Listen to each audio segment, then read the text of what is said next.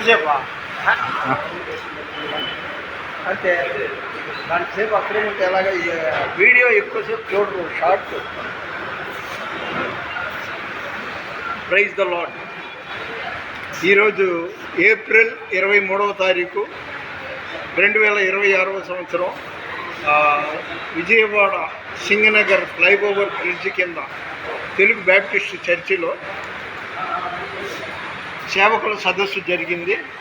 ముఖ్య ప్రసంగికులుగా ఏలూరు నుండి వచ్చిన టి జపన్య శాస్త్రి గారు ఈరోజు క్లాసు వాక్యోపదేశం చేశారు. ఈరోజు దేవుని వాగ్దానం హగ్గయి 2వ అధ్యాయం 23వ వచనం. నేను నిన్ను ఏర్పరచుకొని ఉన్నాను గనుక ఆ దినమున నేను నిన్ను తీసుకొని ముద్రయుంగరముగా చేతును. వన్స్ అగైన్ హగ్గయి 2:23. తర్వాత చదువుకోండి.